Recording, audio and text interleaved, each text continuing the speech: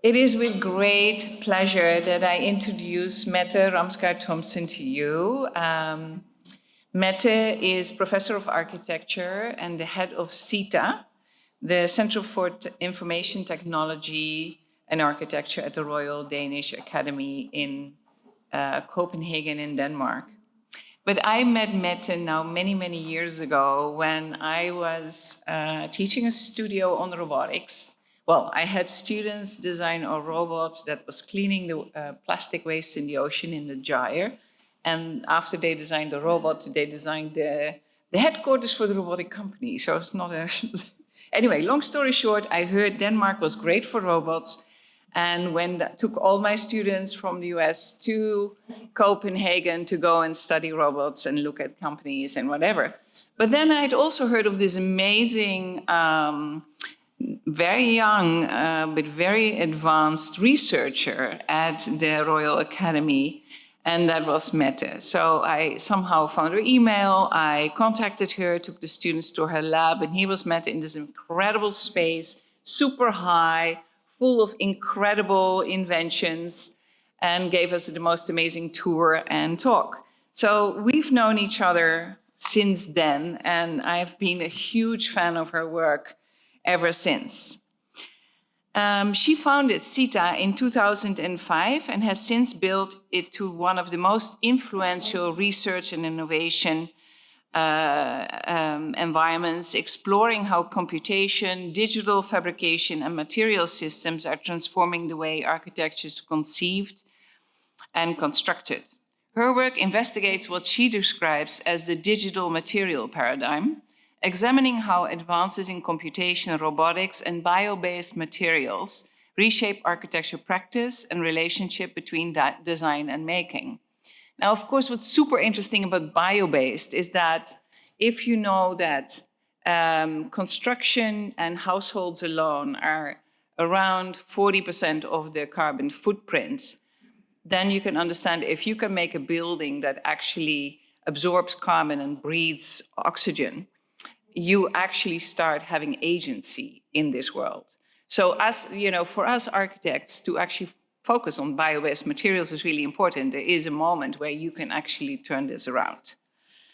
But before establishing CITA, she completed her PhD at the Bartlett, UCL London, at the Department of Computer Science, and has taught and conducted research internationally, including at the Bartlett, the University of Brighton. And I was happy to convince her, which was not an easy one because it's a very long trip, to actually accept the Cray professorship at UPenn, which is a very, one of the most established and important professorships we have that get rarely given to anyone and only one at a time. So I was very grateful that Mette would take that, and she has really reformed Penn in an incredible way. Her research has been recognized with numerous honors, including Denmark's prestigious Elite Forsk Prize, awarded for outstanding researchers of international distinction, as well as the Acadia Innovative Academic Program Award of Excellence in 2016, and the Anna Nordlander Prize in 2020 for contributions to architecture.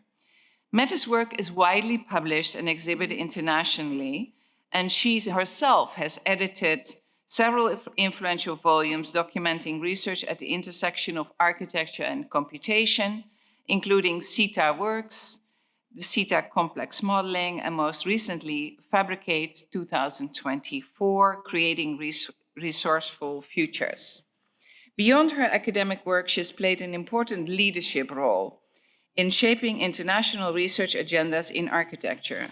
She has served on advisory boards, such as the Cluster of Excellence for Integrative Computational Design and Construction at the University of Stuttgart in Germany, and on evaluation panels for the Swiss National Research Council's Digital Fabrication Program. She has also contributed to Global Architectural Discourse as a general reporter, and has, of course, in 2023 led and headed the science track for the UIA World Congress of Architects on Sustainable Futures in Copenhagen, which is basically the Congress advising the UN on sustainability, where I joined her for her innovation panel. Through her work, Mette continues to push architecture and the world at large towards a new material, technological, and ecological future. Please join me in welcoming Mette for her lecture, Resilient Landscapes, Building for Bioregionality.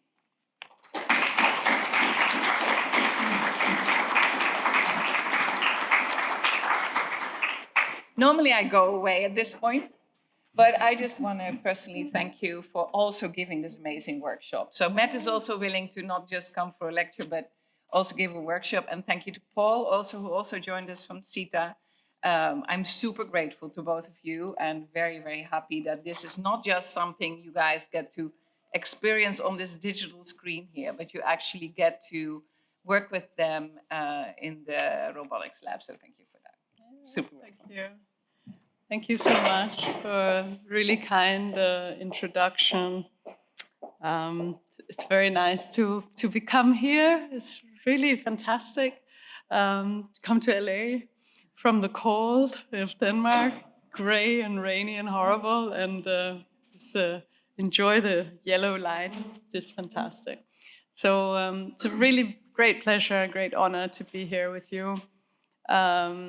And I wanted to talk about some of the sort of more conceptual thinking that we're trying to do in CITA right now, but also to talk about some projects that try to tie these things together. So CITA is the Center for IT and Architecture, and we've been around for 20 years now, which it's a long time to feel like we're still an underdog, we're still young, still probing, still thinking in sort of like, how could it be? And we work very much through physical prototypes and really sort of trying to understand technology from the inside through making. We ask what computation can be and how it changes architecture. So we really try to understand it as a ground research question. I think often not in this space, but in many spaces, digitization is understood as an optimization tool, faster, quicker, more secure, cheaper. But I think in these kind of spaces that we are in here, it's really about much more fundamental change to practice, change to how we think about what architecture can be and how it can move us. We look at a novel material practice. So really, how is it that digital modeling, but also digital fabrication, simulation, how do these methods of working change the way we understand material systems, material resource? I think there it started maybe a bit pedagogic. You know, when we started doing these things, it was so easy to tell our surroundings about what the difference of digitization does when you can see it in the material. But I think very quickly we understood that there's also something about the moment that these interfaces between the representation, so our traditions of representation, and our traditions of crafting and fabrication, when they become computed, there's a very different logic that enters. And I think we're still I think it's one of the first lessons, and we're still really mesmerized by that question. We're very curious to what the nature of the model might be, like what's the anatomy of the digital model? What kind of representations do we need to think about to be able to ask new questions? These are very traditional ways of understanding an architectural trajectory, but I think the kinds of drawings or models that I'll show today might also push a little bit to what we think representation is actually about. And then maybe this sort of fundamental idea about sort of tinkering. thinking technology is not as something that we use, but something that we make, co-produce, and therefore that technology is always situated within practice. And I think that's where the biggest difference between an engineering tradition and an architectural tradition happens. I mean, again, this is our shared culture, and we share it with many people. But this sort of sense that technology is not neutral and it's not solutionist, but it's something that keeps needs to be thought of in context to really make a difference. We also have a master's program that Paul is heading together with our colleague Nadia, who have been looking at really trying to share this practice. So we're about, 25, 30 students, about 20 researchers, so it's nearly one-to-one.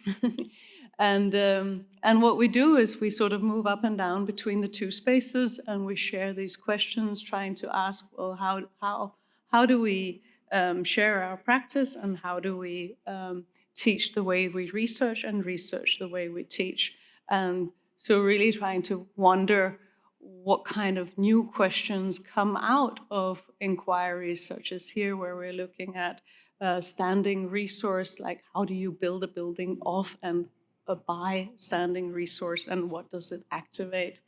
How do we think about the evolving role of the architect? So what will the architect of the future be? And I think many of us in this space will know that we are very far from what we were thought we would be when we were in your place when we were studying. So I think very, very quickly, practice is always changing. And we can say, oh, now with robots and AI, things will change even more quickly, but I think it's always changing quickly. And so it's this agility to wonder, what is architecture? Keep wondering that. Keep wondering it in our own practice, keep wondering it with our students. And therefore also skill up in different kinds of practices. And this is my favorite project by Patricia, who did this felting needle punch tool for working with setting up her own end effector and working very poetically, but at the same time very systemically with how she could shape material out of something as basic as woolen threads. In CITA, we work through research projects, so very based on larger research projects, and you can sort of see them mature, becoming larger and larger. So there's sort of framing projects in which we have multiple inquiries running at the same time. And I think both us, but also the wider field, for a very long time was informed by this idea of smarter with less. So it has sort of underlying optimization axiom. No? So if we were able to be smarter about how we placed our materials, where they were, like to intensify them, to use thinner steel plates or less concrete, then we could somehow become sustainable just by reducing our footprint in energy, footprint in resource, and so on. And we have also worked within that paradigm for a long time, thinking about how to make new kinds of material systems. And maybe with this comes a sort of underlying theoretical framework or axiom where we are thinking that, I think this is sort of general for many, you can hear this theory being placed in different ways in different environments, but really that formalizing the material properties and behaviors of materials would allow us to, and represent their inherent complexity, would allow us to steer them.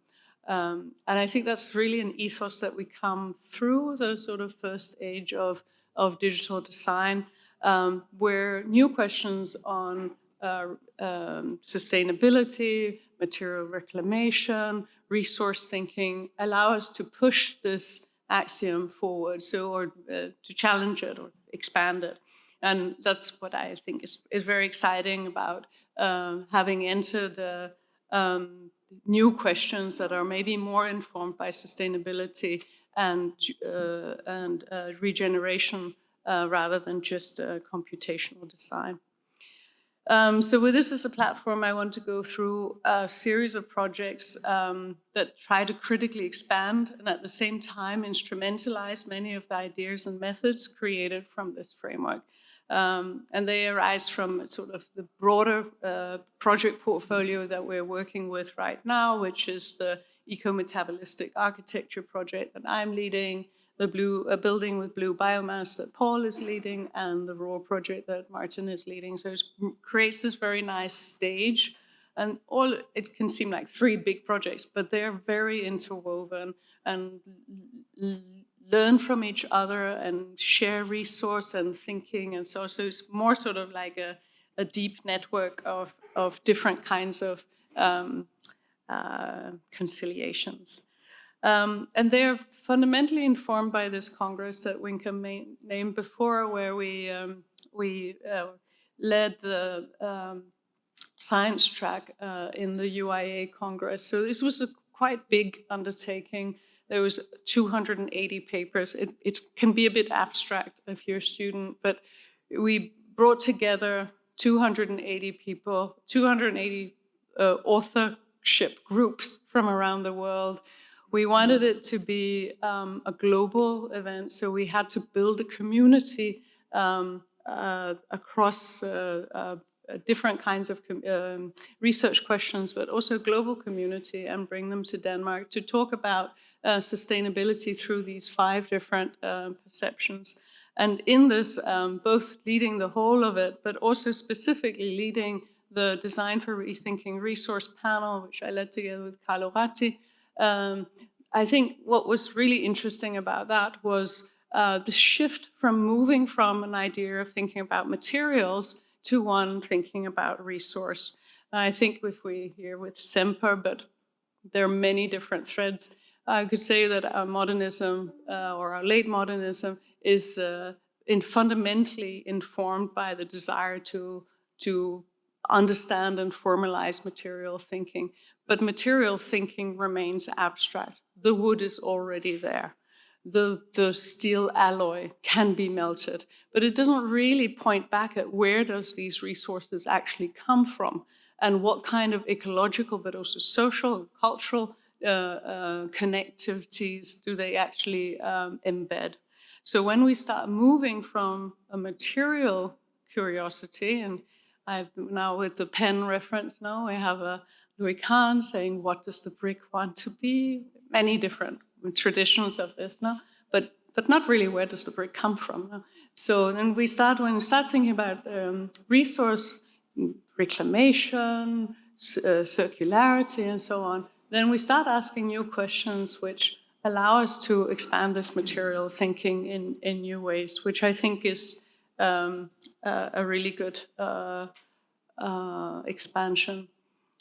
We also think about bio-based materials. This has been maybe the crowbar to open this kind of thinking in the sense that bio-based thinking, it maybe started with that. No? So, if we can transition into bio-based building, then maybe we can work with, start thinking the building as carbon sequestering in itself.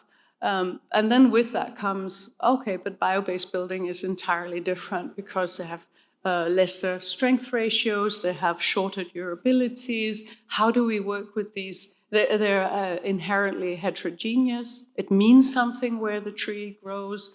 It grows on better soil, if it has more wind, if the local temperature exactly around this place is just a little bit hotter or cooler, then you get very different growth conditions which affect and impact the resource. So I think this is a really interesting part of it, but it also allows us to think of materials as inherently heterogeneous. And when we take that over into circularity, that actually expands. So yes, the tree is different from where it is in the forest, but when we look to reclaimed timber, we might not even know what kind of tree it is. We might not know where it has been, how many years it's been somewhere. It might be impacted by creep. We can have insects, we can have old nails. Suddenly this idea of material, as a sort of knowing what materials are, characterizing them, becomes much more unknown. And then there's the question of also the impact of weather. So bio-based materials are hygroscopic. They interact with the changes of humidity. And they're also biological, so they grow mosses, they have skins, and so on. So how does this kind of new way of thinking about materials, informed by bio-based materials, but also expanding into other kinds of industrial streams, how do we start thinking about this as a new paradigm, which is circular, is territorial, and is social?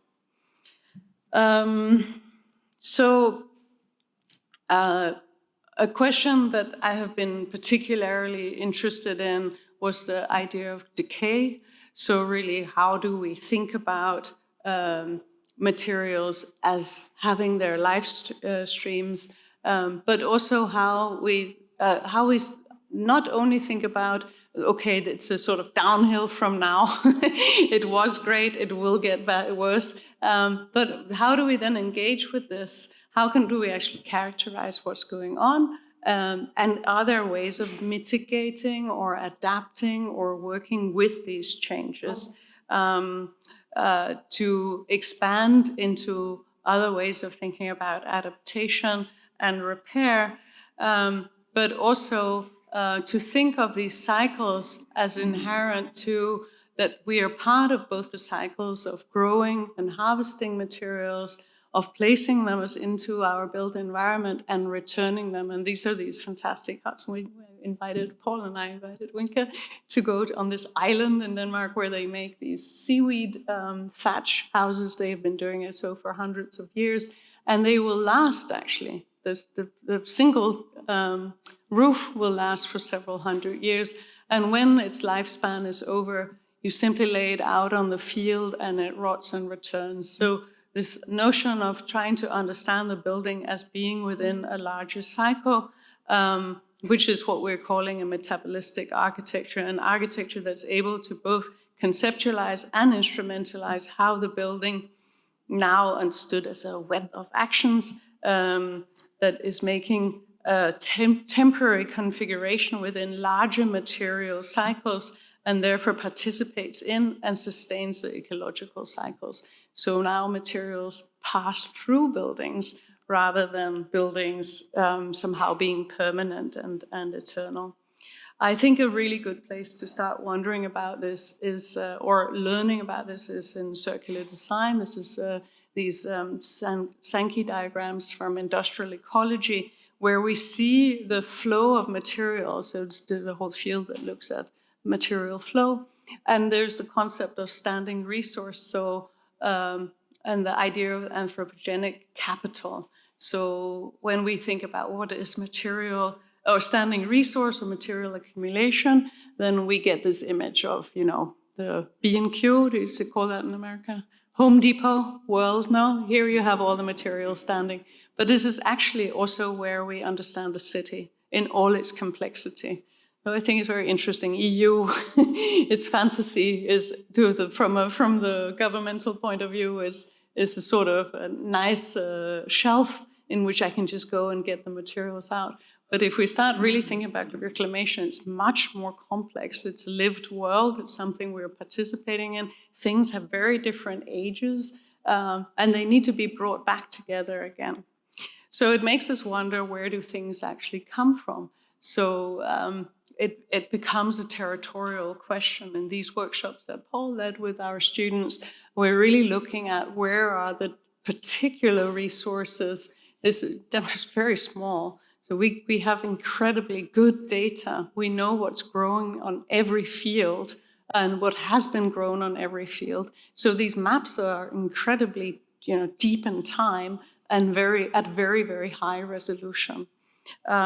This is also what we were wondering about in the Venice project I'll show a little bit later, where we also wondered about not only where is resource, but what impacts resource. So how can architecture, by being knowledgeable and thinking first in resource ways, instead of material ways, so how can architecture in that way become part of larger remediative strategies? And how can the way that we understand the materials by which we build, the choices that we take around it, how can they become part of these metabolic cycles that move between landscapes, industries, and buildings? And rather than acting as endpoints, then buildings become this intermediate phase within longer ecological and material transformations. So this shift allows us to reframe the role of architecture. Buildings are not just solely durable objects, but they're situated actors within regional material ecologies, and they participate in sustaining circular flows across time and support the regeneration of resource.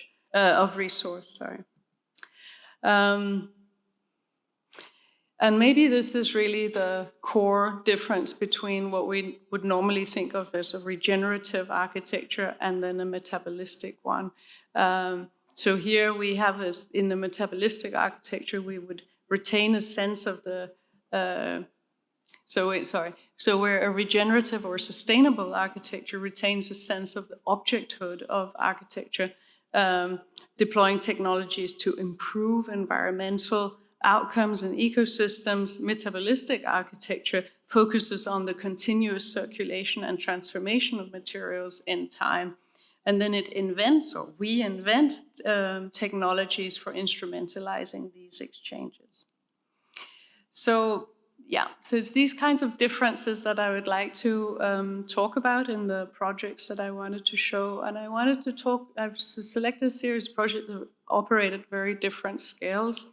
Also different agencies and also different temporalities. So to put together, they're maybe very different and different in outlook, but what they're looking at together is what are these temporal interrelations that they're building, and how can we, through design practice, fabrication practice, can we then actually engage with these and participate in these cycles? And then maybe the best place to start is very close up to the material in what we have called our Repair Pavilion.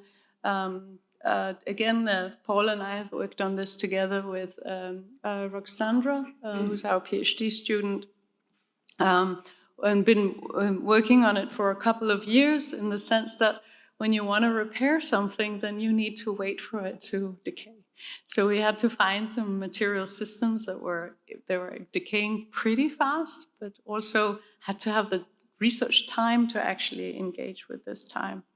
And it starts with a pretty simple position, which, learning from Stephen Jackson from Cornell, who says that, so the world is always breaking, it's its nature to break.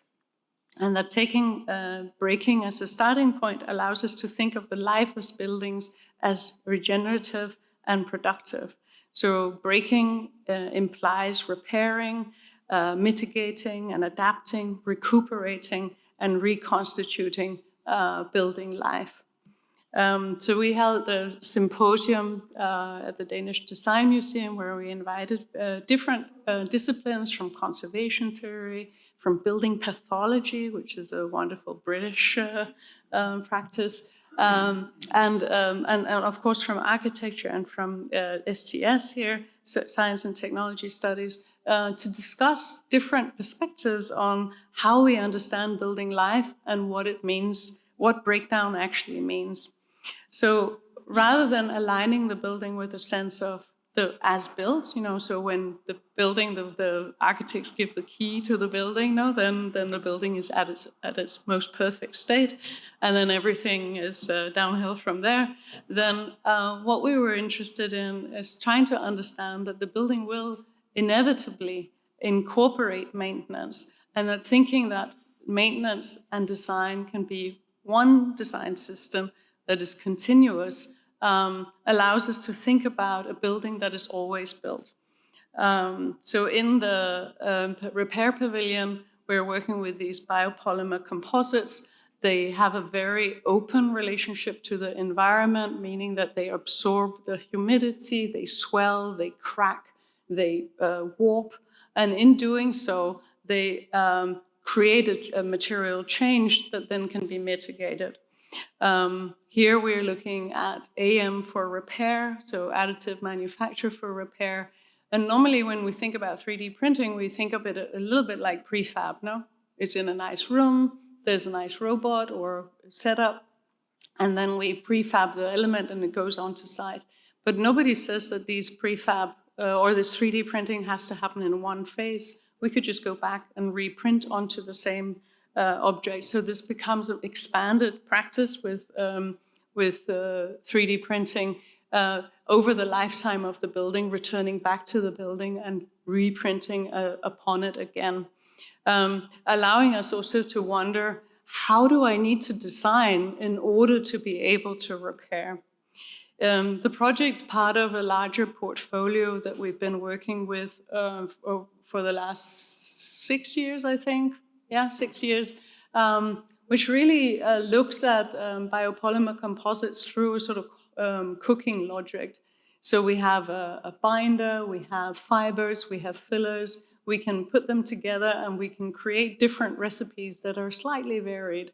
In the work that we have been working with, we work with waste stream materials or residual materials, such as wood flour, as seaweed, as cotton. And we're able to here in the last installation with Carl here, who's doing his PhD now in CITA, working with material grading to be able to tune the material system to the properties of the specific material. So in this, the repair installation, we're again looking with these same materials, but now bringing them outside and really putting our nose right up into them to try to understand how are they breaking, how are they swelling, and what impact does it have? When is a disrepair big enough and important enough for it to have a consequence on the building? We do so through diagnosis, an idea of new practices of going to see how the building is doing, but also through monitoring, here 3D scanning on a sort of temporal basis, so time-based sensing, and also through analysis, so allowing us to be very clear about the changes that are happening here. You can see really how the swelling is changing the geometries very dramatically, and then understand what consequence these different changes have and invent the particular tools by which to both register but also address the material as it changes.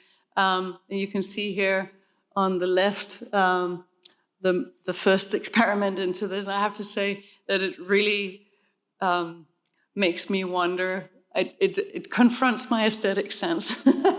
I really don't know if I like this or not, but I think it's very interesting to be able to design something and control something like that, and to start bringing out the language that this iterative material address might appear with.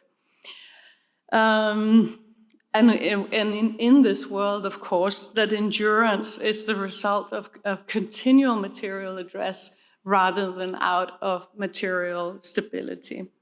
So this is also the kinds of questions that I came to Penn with, where we together with the students were looking at, well, how do we understand material change? How do we understand the relationship to ecology, both through where the resources come from, but also in respect to environmental impact and material return? What are the languages, new architectural languages of cracking or shearing or bleaching?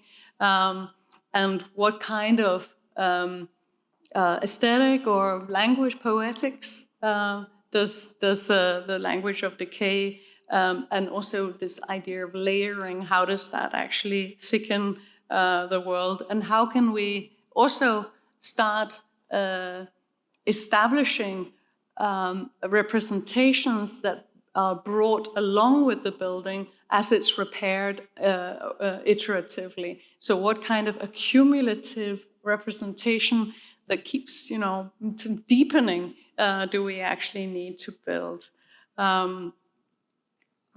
So both in the representational world, the modeling world, but also in the building world, there's the actual making.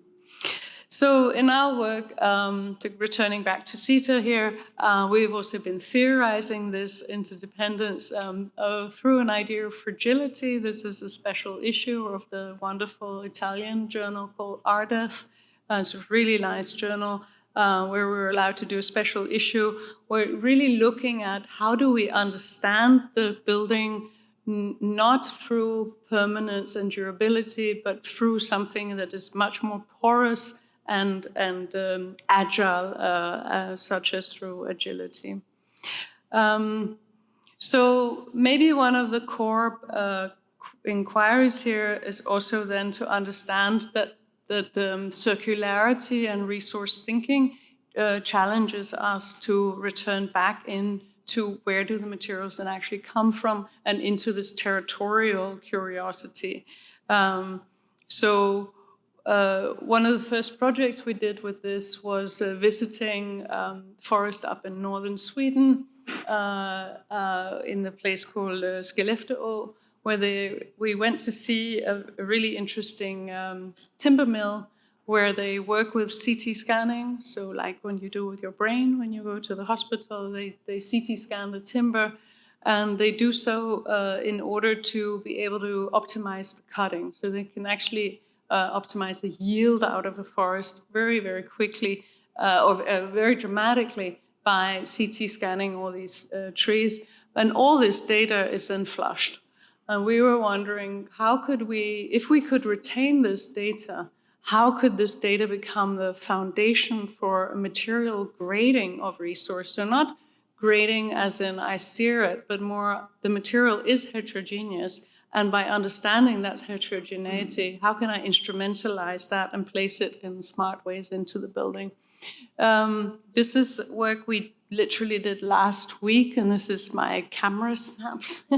So what we're doing here is trying to understand, okay, if we're working with reclaimed timber, then we will work with material resources that have a certain nature. They have certain shape, they have a certain form that we need to bring together into a new architecture. So this idea of working with the found, or form follows resource, some people say, or I don't know. But this idea that you can't just build, it's not an abstract world that is everlasting on a rack, but it's something that you have a certain source and name design to it. And so coming back to this study in the forest, what we were looking at there was really understanding how we could think about the territories of the forest. So what we learned here in the middle circle there, the green one now, is that the timber mill will only take timber from 100 kilometers around it. So the diameter of that circle is 100 kilometers, and it's to do with the trucks. So you don't want to drive further than that with the timber, and that means that we know, and we also know that the mill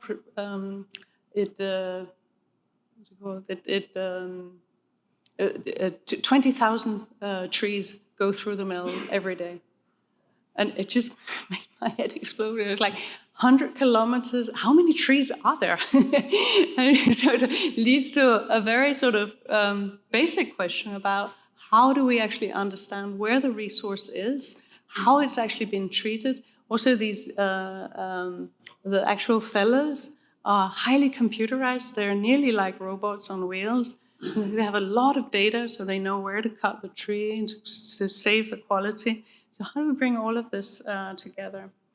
In our practice, we're looking specifically at glulam.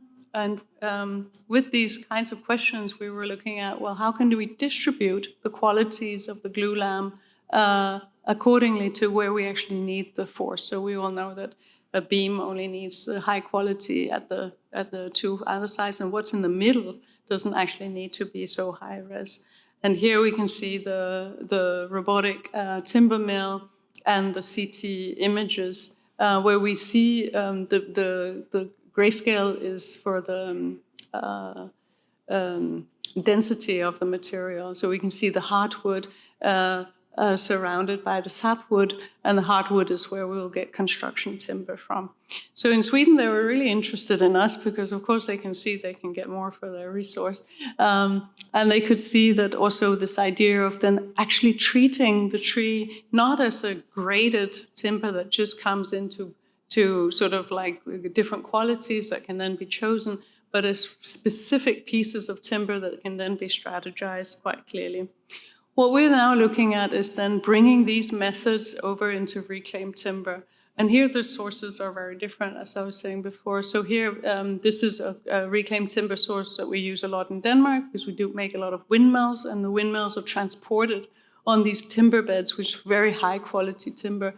Now, this is one source, but we also have a lot of different sources. So again, here you get a sort of metabolism of different timber sources that are moving through different material flows and becoming part of buildings and returning back out and become part of other buildings. So what we did was we brought this timber, but we also brought our own installation, the one I showed here. Whoops, sorry, that one. Which of course has very, very particular geometries. And we asked, how could we build with this again? So we 3D scanned it. And we are then now and put it up on the robot bed and milled it there. So this is the site we're building in the forest, and really trying to make a catalog of all these different qualities to bring them together. And then I think the core or fundamental thing that we understand for this is also this idea of material drift. So materials change because they're inside of buildings, but they also change just because the humidity goes up. So just having them hanging out in front of the workshop for a little while, as we were talking about before, also changes their geometry. So what we're doing here is we're putting a 3D scanner on the robot, and we can then actually scan the change of it and characterize the material to get the specific geometry, and then be able to, we have already the 3D scan or the CT scan, and then we can recalibrate the geometry of that sort of density map as it is changing over time. You can see here we're milling into these pieces that have very complex geometries, and also has this very chunky construct, and creating this as a sort of core structure. And you can see it's just incredibly raw, the way it's set together, the way that the different materials are coming together, the way that they've been weathered, and how they are being used. Yeah. So I think the second point here would really bring us back to the idea of time. So designing for reclamation necessitates practices of adaptation and a sense of designing with what you have, but also that what you have is not necessarily the same from one day to another. You need to be able to follow the resource as it moves and changes, both through its building, or both through its different life cycles, but also through its the subtle drift that happens to materials as they are just simply stored.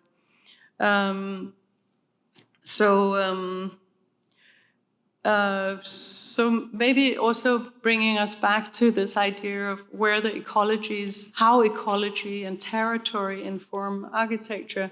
This is a project that Paul and I were working on last spring for the Biennale in Venice, which was curated by Carlo Ratti under the idea of intelligence. He had many different kinds of intelligence that he brought together.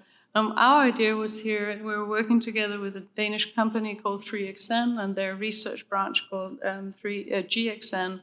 And what we were looking at there was really trying to think about, well, if we could be more inventive with material systems. So coming back to our biopolymer sort of portfolio of work, and to really think, where do the materials come from, but also how can we rethink the materials that we're building with, and how can we make new compositions that might be driven by the specific ecologies that they come from.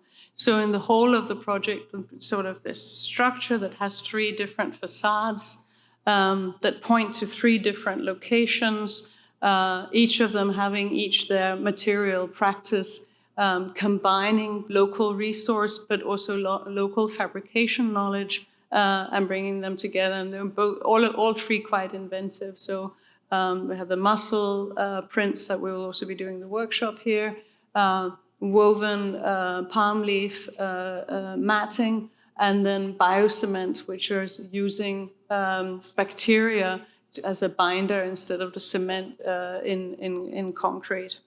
And really thinking about how can the idea of a resource that is coming from a specific locale and through specific ways of working with them allow us to position and contextualize architecture in new ways.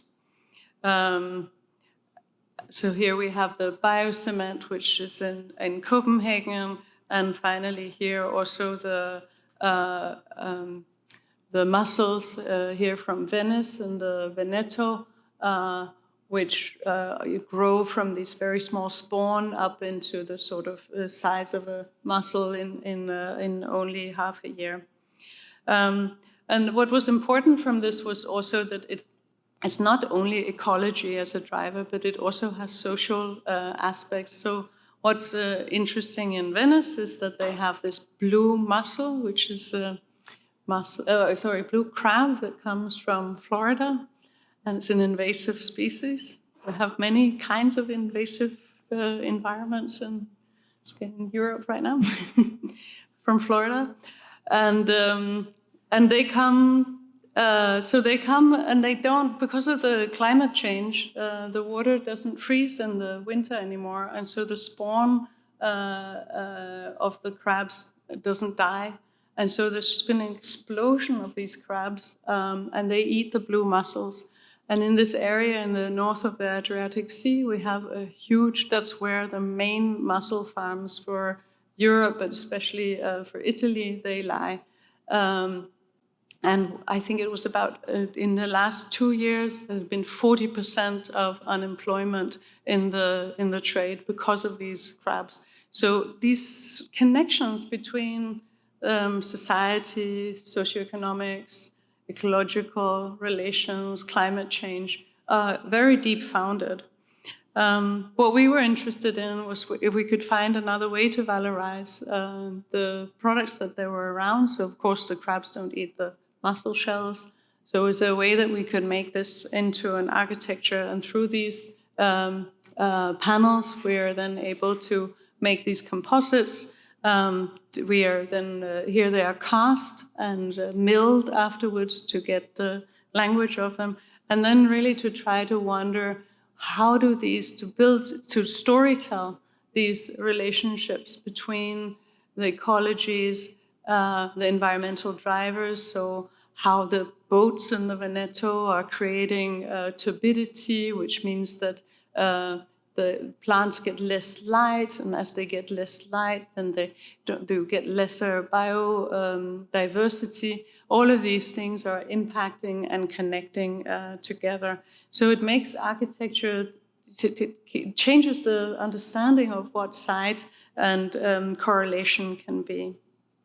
So in our work, we tried to build these maps or draw these maps, which were able to suggest these relationships and bring together the interscalar and interspecies correlations that happen within these networks. And then to think about how they then are embedded into an architecture and how architecture can be part of these kinds of cycles. So this has informed also the building with blue biomass network that Paul is leading, where we're working with both engineers and architects to look at futures for blue biomass You will know Marcus Cruz. We had at Acadia at Penn for a while ago. So it's both very speculative and poetic practice, but also very straight up engineering solutionist practice. And I think that's what we really like, this intersection between the speculative and the sort of very pragmatic. Bringing together, looking at what kind of new blue futures we can think about for both the built environment, but also the wider production. So the last project I want to show kind of zooms further down into scale, from the sort of territorial scale of the landscape and then to the scales of microorganisms and bacteria. But the question remains linked to this idea of designing in respect to ecology.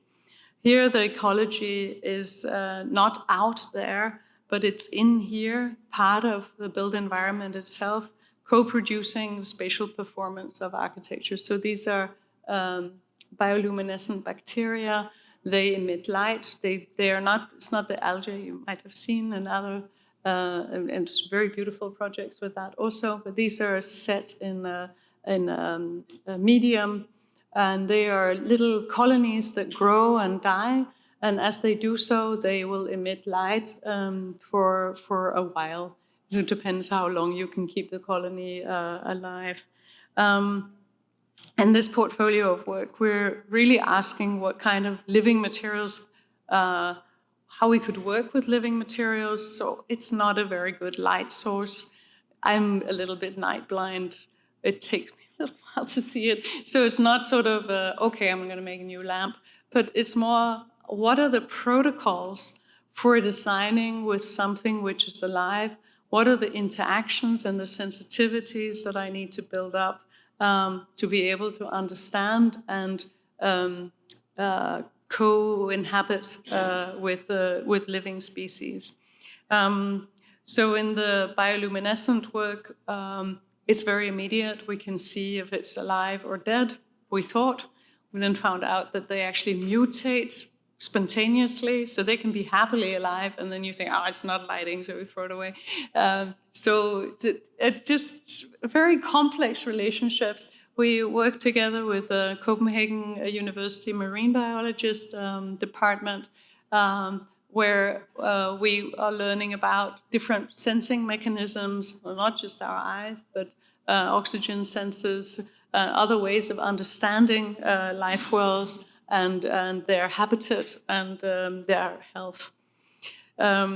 So our newer work here, done together with Sharia, who's a research assistant in CITA, we look at how we can work with bacteria, so cyanobacteria, that is carbon sequestering, and how the topology of the medium allows for larger colonies. So by having a complex topology, we get a higher surface to volume ratio, which allows more oxygen to be close to the medium, which allows the colonies to grow better.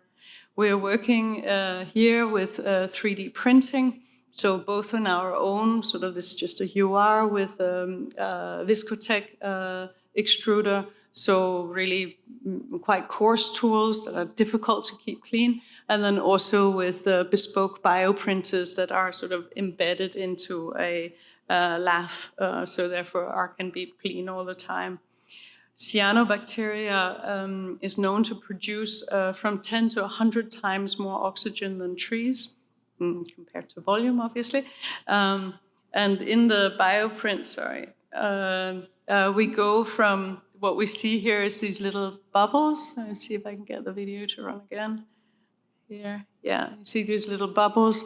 That's actually the oxygen being produced and being released from the organisms.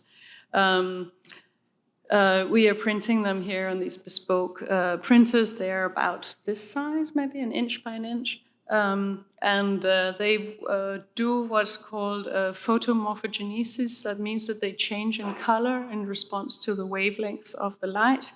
And in the start, I thought it'd be very simple. So we give them one wavelength, they all turn green. Another wavelength, they all turn red. Of course, it's not like that at all because wavelengths change, so it's all reflecting and so on. So you can see here that they turn green more at the top and red more at the bottom. And again, this idea that how do we actually know what we're designing? What is actually happening with the material of the bacteria? So here we're using different kinds of sensors. Here it's a special way of photographing the materials that allows us to understand the growth patterns and the health. And we can see this over time, how the colonies are changing. So here again, it's fluorescent imaging that allows us to understand the overall health of the colonies. And so what becomes interesting with this, I think, is so how do we then actually represent these colonies? So how do we know what's going on? How do we represent the interactions between these very small environments, the topology of the medium, and the growth patterns of the tools? And there we've been working for a while now, looking at ways of using agent-based systems within volumetric models to be able to create these state changes within our representations. And here, maybe perhaps my favorite thing, also the newest thing that we've been able to do is then through this control of the environments, we can actually grade the growth of the bacterial colonies, creating living materials with heterogeneous properties, structural on the one side and bioreceptive on the other. And here in the also recent work by Sharia here, is dashboarding all of these different parameters, treating it a little bit techno-positive as a parameter space. A lot of sliders. How can we actually understand what it is doing? So maybe to conclude, I think I was wondering when putting these slides together how it would make sense to think of the whole Bay of the Veneto, or and what we're going to do in the workshops to look at the marine ecologies of the Californian coast, these huge, vast areas, and then this little bacteria in a petri dish. So maybe tracing a little part of what Eames was doing in the Powers of 10, but trying to not only understand the scalar relationships, but also try to characterize these exchanges between environment, life world, and design, maybe, to try to figure out how are these things orchestrated becomes the core interest. And so to sort of state again, this to embrace a metabolistic design practice is to reimagine architecture as a living system, open-ended, metabolically aware, and ecologically entangled. And it it requires a conceptual reorientation as much as a technological one. And I think what you can see from all of this is made out of the interest in how does that sensor actually work, or how could we actuate this thing. And so there's a lot of tech in it, but it's not for tech. Now this is sort of how do we position this in a new way of thinking about materials. And that maybe representation, so it's a very traditional point in architecture, but that it's really important to be able to represent our perceptions of the world that we are building. And that it is not only a sort of flat representation, but also a medium for participation. I think this is maybe where there's a lot of new opportunity in thinking about what the model, in the bigger sense, might be, what it interfaces, how it cooperates with live sensing, and how actuation can be driven from it. And then I like showing these last slides, and it's actually one of Paul's projects, because I think what's so wonderful about CITA is that when you walk around in it, there's always something really weird happening. And although I do know what this is, then I think it's just really wonderful to go around and wonder, oh, what's that one? Or what's going on in this thing here? Is that, is that an embroider? Is it a textile or is it a light? Or here in Ariel's student work, also really allowing us to be very surprised about what the combination of maybe quite established technologies here is mycelium growth and robotic 3D printing, but that this also can lead to very new propositions. So thank you very much.